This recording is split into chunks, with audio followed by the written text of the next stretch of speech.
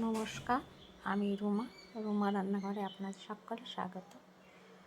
আশা করি আপনারা সবাই ভালো আছেন, আমিও ভালো আছি। আজ চলে এসেছি রান্নাঘরে মাছের কালিয়া বানাতে মটরশুঁটি দিয়ে।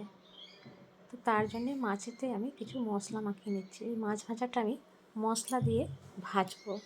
সাধারণত আমরা নুন আর হলুদ দিয়ে ভাজি, কিন্তু এর মধ্যে একটু লঙ্কার গুঁড়ো দেবো আর জিরে গুঁড়ো দেবো দিয়ে, এটা কিন্তু কাশ্মীরি লঙ্কার গুঁড়ো দিয়ে ভালো করে মিলিয়ে নিয়ে মাছগুলোকে বেশ লাল লাল করে ভেজে নেব।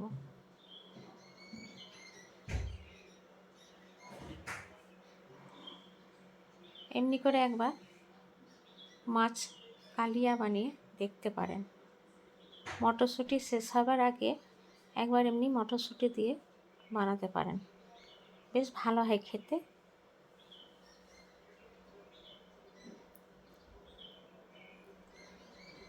মটরশুঁটিগুলোকে আমি ছাড়িয়ে একটু সেদ্ধ করে নিয়েছি, যেহেতু কড়া কড়া ছিল সেই জন্যে।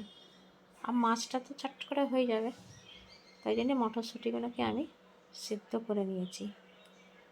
আর পিষে রেখেছি কিছু মশলা, যেমন আদা, আপনার রসুন পিষেছি, আর পিষেছি পেঁয়াজ আলাদা করে, আর পিষেছি একটু টমেটো। মাছের কালিয়াতে আমি দই না দিয়ে টমেটো দেবো। মাছগুলো আমার সব ভাজা হয়ে গেল, দিয়ে দিলাম কড়াতে ফোড়ন, তেজপাতা, লাল কাঁচা আর জিরে দিয়ে ফোড়ন। এবার দিয়ে দেবো এতে পেঁয়াজ, যে পিষে রেখেছি সেই পেঁয়াজটা। বড় সাইজের আমি একটা পেঁয়াজ পিষেছি, বেশ বড় ছিল পেঁয়াজটা। তো পেঁয়াজটাকে প্রথমে আমি ভেজে নিচ্ছি, তারপরে এর মধ্যে দিয়ে দেবো আদা রসুন পেস্টটা। দেখুন পেঁয়াজটা বেশ লাল লাল করে ভাজা হয়ে গেছে।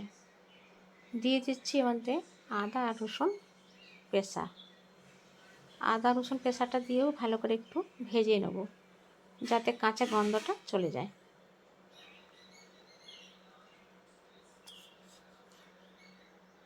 এরপর আমি এতে অল্প একটু জল দেবো আর দেব শুকনো মশলা কিছু।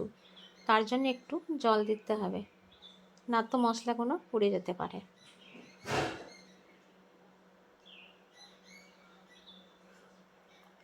মশলাতে দেবো আমি জিরে গুঁড়ো, মিট মশলা, কাশ্মীরি লঙ্কার গুঁড়ো,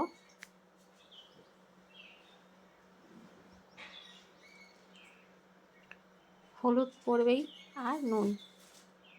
দিয়ে দিলাম আপনার মটরশুঁটি সেদ্ধটা।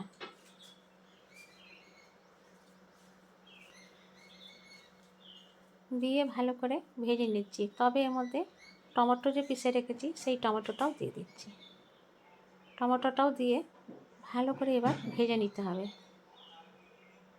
যাতে সব মশলা, টমেটো, মটরশুঁটি সব ভালো করে ভাজা হয়ে যায়।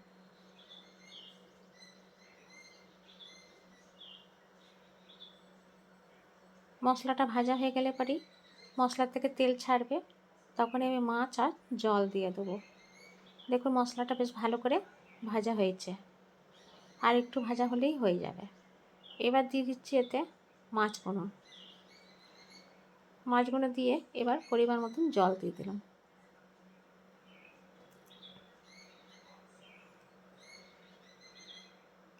আর টমেটোটা যেটা পিষে রেখেছি তার মধ্যে আমি দুটো শুকনো লঙ্কা পিষেছিলাম, তাই জন্য এতে ঝাল লঙ্কার গুঁড়ো আর দিলাম না। ব্যাস মাছটা ফুটে গেলে পরে এতে ঘি আর গরম মশলা দিয়ে নামিয়ে নেব।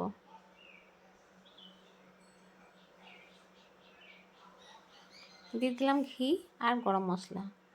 একটু ফুটলেই, ঘিটা মিলে গেলেই নামিয়ে নেব। আমার এই রান্নাটা আপনার কেমন লাগলো জানাবেন।